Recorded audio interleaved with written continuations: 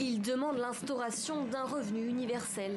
Des milliers de personnes ont défilé dans les rues de Buenos Aires pour demander des mesures immédiates pour le pouvoir d'achat. Avec une hausse des prix de plus de 60% en un an, l'Argentine a l'un des taux d'inflation les plus élevés au monde. La pauvreté a pris le contrôle du pays. Il faut que quelqu'un mette un terme à l'inflation. Il n'est pas acceptable que les industriels de l'agroalimentaire prennent la population en otage et que les prix continuent d'augmenter sans arrêt. Nous avons besoin d'une attitude différente de la part du gouvernement.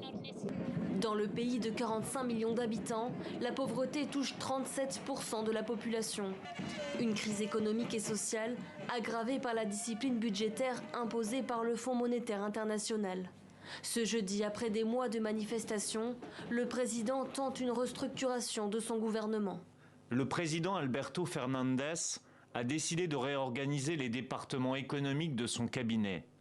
Les ministères de l'économie, du développement productif et de l'agriculture, de l'élevage et de la pêche seront unifiés. À la tête de ce super ministère, Sergio Massa, jusqu'ici président de la Chambre des députés, un choix qui est loin de convaincre les manifestants.